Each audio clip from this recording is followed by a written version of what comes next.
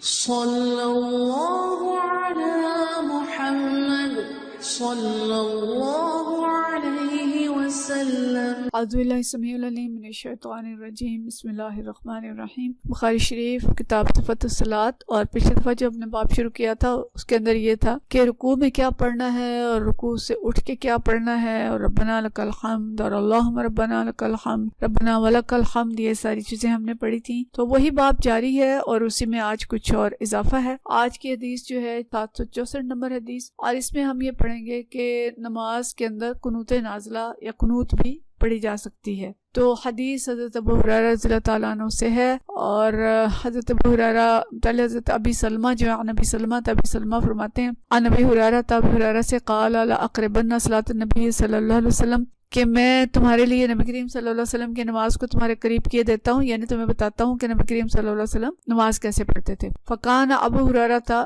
یقنط فی الرکعۃ الاخری، ابو ہریرہ رضی اللہ تعالیٰ عنہ آخری رکعت میں قنوت پڑھتے تھے، من صلاۃ الظہر، ظہر کی نماز میں، وصلاۃ العشاء اور عشاء کی نماز میں، اس کی آخری رکعت میں، وصلاۃ الصبح اور صبح کی نماز میں یعنی فجر میں۔ بعد ما یقول سمع اللہ لمن حمدہ، سمع اللہ لمن حمدہ کہنے کے بعد فَيَدْعُو لِلْمُؤْمِنِينَ وَيَلْعَنُ الْكُفَّارِ، یعنی میں نے لفظی ترجمہ پڑھا تو کیا کرتے تھے کہ اہل ایمان کے لیے دعا کرتے تھے، کفار پر لعنت بھیجتے تھے۔ مطلب کیا ہے کہ حضرت ابو ہریرہ رضی اللہ تعالیٰ عنہ نے یہ بتایا کہ کہا کہ میں آپ لوگوں کو نبی کریم صلی اللہ علیہ وسلم کی نماز کے قریب کیے دیتا ہوں، میں بتاتا ہوں نبی کریم صلی اللہ علیہ وسلم کیسے نماز پڑھتے تھے۔ پھر انہوں نے بتایا کہ حضرت ابو ہریرہ کیا کرتے تھے کہ ظہر، عشاء اور فجر کی نماز میں آخری رکعت میں رکوع سے اٹھنے کے بعد سمع اللہ لمن حمدہ کہنے کے بعد قنوت پڑھتے تھے، اور اہل ایمان کے لیے دعا کرتے تھے اور کفار پر لعنت بھیجتے تھے۔ ٹھیک ہے، اور اس کو انہوں نے کہا کہ یہ نماز نبی کریم صلی اللہ علیہ وسلم کی نماز سے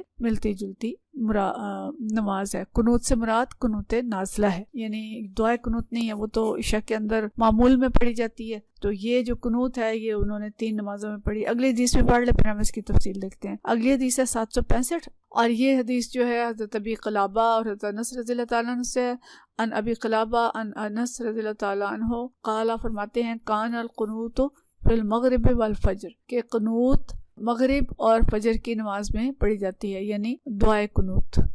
اچھا، اب یہ قنوت کیا ہے کہ نبی کریم صلی اللہ علیہ وسلم کا معمول یہ تھا کہ اگر کبھی بڑے خصوصی حالات ہو جاتے تھے، مسلمانوں پر کوئی مصیبت آ جاتی تھی، کوئی مشکل آ جاتی تھی، تو آپ صلی اللہ علیہ وسلم اس صورت میں خصوصی دعا پڑھتے تھے۔ اس کو قنوت نازلہ کہتے ہیں، اور قنوت نازلہ جو تھی اس میں کیا تھا کہ اللہ تعالیٰ نے نبی کریم صلی اللہ علیہ وسلم کو جو طریقہ سکھایا تھا کہ نبی کریم صلی اللہ علیہ وسلم مسلمانوں کے لیے دعا کرتے تھے اور کفار پہ لعنت بھیجتے تھے اور ان کے لیے بد دعا کرتے تھے۔ اس کو کہتے ہیں قنوت نازلہ۔ یہ مستقل معمول نہیں تھا، بلکہ کبھی کبھار ایسا ہوا ہے، اور جب یہ ایک واقعہ ہم پڑھتے ہیں تاریخ کے اندر، بئر معونہ کا واقعہ تھا، جس میں 70 صحابہ کو آپ صلی اللہ علیہ وسلم نے نجد کی طرف بھیجا تھا، کسی کے کہنے پہ بھیجا تھا۔ آپ صلی اللہ علیہ وسلم ان کو بھیجنا نہیں چاہتے تھے، تو کسی نے کہا کہ آپ بھیجیں انہیں دین سکھانے کے لیے، ہم ان سے دین سیکھیں گے۔ تو ان کے اندر حفاظ تھے اور ایسے صحابہ تھے جنہیں دین کا بڑی سمجھ تھی، بڑے صحابہ تھے، تو ان کو نجد کی طرف بھیجا گیا، لیکن ان لوگوں نے وعدہ خلافت کی اور سب صحابہ کو شہید کر دیا۔ تو ان صحابہ کے لیے اس وقت آپ صلی اللہ علیہ وسلم نے دعا کی، اور جو لوگ انہیں لے گئے تھے اور جنہوں نے اذیتیں دی تھی، بڑی تفصیل ملتی ہے میں حدیث کی کتاب میں جو بہت تکلیف دہ ہے کہ کس طرح اذیتیں دے دے کے بعد صحابہ کو شہید کیا تھا۔ تو ان کے لیے، ان کفار کے لیے آپ صلی اللہ علیہ وسلم نے قنوت نازلہ پڑھی تھی، جس میں ان کے لیے بد دعا کی تھی اللہ سے، اور ان پہ عذاب نازل کرنے کی دعا جو ہے وہ پڑھی تھی۔ تو اکثر آپ صلی اللہ علیہ وسلم نے یہ فجر کے وقت پڑھی تھی۔ تو حضرت انس یہ فرما رہے ہیں کہ نبی کریم صلی اللہ علیہ وسلم فجر اور مغرب میں یہ قنوت پڑھتے تھے۔ حضرت ابو ہریرہ رضی اللہ تعالیٰ عنہ جو انہوں نے ظہر، عشاء اور فجر، تو اس کا مطلب ہے کہ مختلف نمازوں میں، مختلف اوقات میں آپ صلی اللہ علیہ وسلم نے پڑھی ہوگی، جو مختلف صحابہ مختلف نمازوں کا نام لے رہے ہیں۔ اسی طرح آپ صلی اللہ علیہ وسلم مکہ میں محصور مسلمانوں کے لیے بھی قنوت پڑھا کرتے تھے، ان کے لیے دعا کرتے تھے کہ اللہ ان کو نجات دے اور ان کو کفار کے ظلم سے بچا کے نکال کے لے آئے۔ تو یہ ہمیں ایک سنت مل رہی ہے کہ جب مسلمان کسی بہت مشکل میں ہوں تو اس وقت وہ قنوت نازلہ پڑھیں۔ ہم بھی اپنے زندگی میں مختلف اوقات میں قنوت پڑھتے رہے ہیں، اور حرم میں بھی پڑھی جاتی ہیں، مسجدوں میں بھی پڑھی جاتی ہیں جب کوئی بہت زیادہ آفت آ جاتی ہے مسلمانوں کے اوپر. کفار کے حملے کے وقت مجھے یاد ہے افغانستان کے اوپر جب حملہ کیا تھا امریکہ نے، اس وقت بھی ہم قنوت پڑھا کرتے تھے، اور جب روس نے حملہ کیا تھا تب بھی قنوت نازلہ پڑھا کرتے تھے. کشمیر کے لیے بھی، فلسطین کے لیے بھی قنوت نازلہ پڑھی جاتی ہے. اسی طرح بوسنیا کے لیے جب ہوا تھا تو حرم میں بھی کشمیر، فلسطین اور بوسنیا وغیرہ کے لیے پہلے پڑھی جاتی تھی. اب تو وہاں پہ پابندیاں لگ گئی ہیں، پتہ نہیں صورتحال کیا ہے. لیکن ایک وقت تھا کہ جب حرم میں بھی مسلمانوں کے لیے جب ان پر ظلم ہوتے تھے تو قنوت پڑھی جاتی تھی. تو بہرحال قنوت نازلہ یہ خصوصی دعا ہے جو نبی کریم صلی اللہ علیہ وسلم اس وقت پڑھتے تھے جب مسلمان کسی مشکل مصیبت میں گھر جاتے تھے. تو اس مصیبت سے نکلنے کے لیے، اور جو لوگ ان کے اوپر عذاب ڈھارے ہوتے تھے ان کے لیے ایک بد دعا تھی جو نبی کریم صلی اللہ علیہ وسلم پڑھتے تھے، اور یہ مسنون کی دعائیں جو ہیں کتابوں کے اندر موجود ہیں. یعنی اس سے سبق ہمیں یہ ملا کہ ہمیں مخصوص اوقات میں، مخصوص نمازوں میں مشکل کے وقت قنوت پڑھنی چاہیے، لیکن یہ مستقل معمول نہیں تھا نبی کریم صلی اللہ علیہ وسلم کا. مستقل عشاء کی دعا قنوت ہے، لیکن یہ خصوصی اوقات میں خصوصی دعا ہے. اچھا جی، اگلی حدیث ہے 766، اور اس حدیث میں بھی اصل موضوع وہی ہے کہ کیا پڑھا جائے رکوع میں اور رکوع سے اٹھ کے. اور یہ حدیث جو ہے حضرت رفاع بن رافع سے روایت ہے. حضرت ان رفاع بن رافع الزرقی قال فرماتے ہیں کنا یوما نصلی وراء النبی صلی اللہ علیہ وسلم، کہ ہم نے ایک دن نبی کریم صلی اللہ علیہ وسلم کے پیچھے نماز پڑھی. فلما رفع رأسه من الركعات، جب آپ صلی اللہ علیہ وسلم نے اپنے رکوع سے سر اٹھایا، قال سمع اللہ لمن حمدہ، فرمایا سمع اللہ لمن حمدہ. قال رجل وراءه، تو ایک شخص جو آپ کے پیچھے تھا اس نے کہا ربنا ولک الحمد، کہ اللہ تیری حمد ہے، حمدا طیبا مبارکا فیہ. اس نے حمد جو ہے وہ تفصیل کے ساتھ کی کہ اللہ تیری پاک اور مبارک حمد ہے، یعنی اس کو ذرا بڑھا کے اس کو بیان کیا. فلما انصرف، جب آپ صلی اللہ علیہ وسلم نے سلام پھیرا، قال فرمایا من المتکلم، کہ یہ کس نے پڑھا ہے؟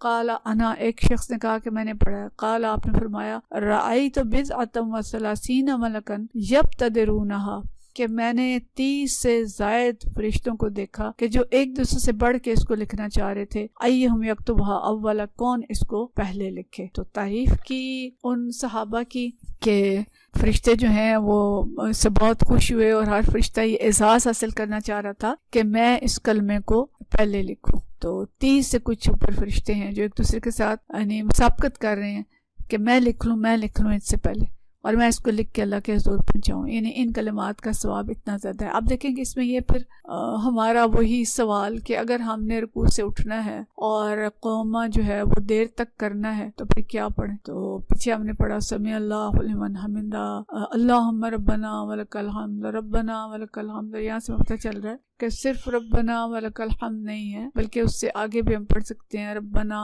لک الحمد حمدن طیباً کثیراً مبارکاً. مختلف الفاظ ہیں، یا ربنا لک الحمد کما ینبغی لجلال وجہک وعظیم سلطانک.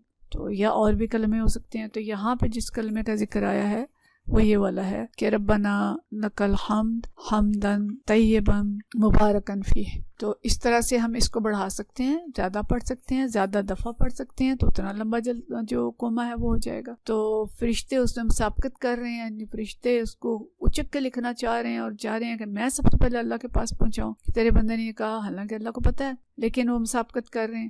تو نماز میں اللہ تعالیٰ کی حمد و ثنا اس طرح کی جائے، شوق کے ساتھ کی جائے، بڑھ بڑھ کے کی جائے، تو وہ نماز خوبصورت نماز ہوگی. تو اللہ کی حمد و ثنا اور ذکر کا بہت زیادہ ثواب ہے. ایک بات یہ پتہ چلی کہ وہ جو صحابی تھے انہوں نے اونچی آواز میں کہا تھا ربنا لک الحمد، اور اس کی اگلی جو کلمات تھے. تو نماز میں اتنی اونچی آواز میں تسبیح کرنا کہ دوسرے جو ہیں اس سے کسی تشویش میں مبتلا نہ ہو اور ان کے نماز میں خلل نہ واقع ہو، تو اس طرح سے کہا جا سکتا ہے. یعنی وہ نماز باجماعت میں تھے تو انہوں نے اتنی آواز میں کہا کہ جس کو نبی کریم صلی اللہ علیہ وسلم نے بھی سن لیا. آپ امامت کرا رہے تھے، تو اس طرح سے کہنا جو ہے وہ جائز ہے کہ دوسروں کی نماز جو ہے وہ خراب نہ ہو.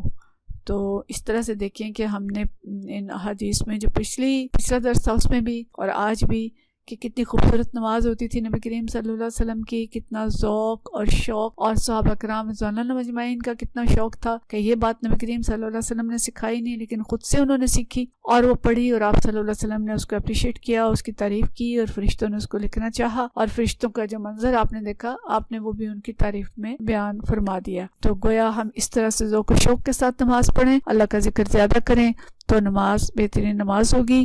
اور اللہ کے حضور انشاءاللہ ہماری مغفرت اور قرب کا ذریعہ ہوگی۔ وآخر دعوانا ان الحمدللہ رب العالمین۔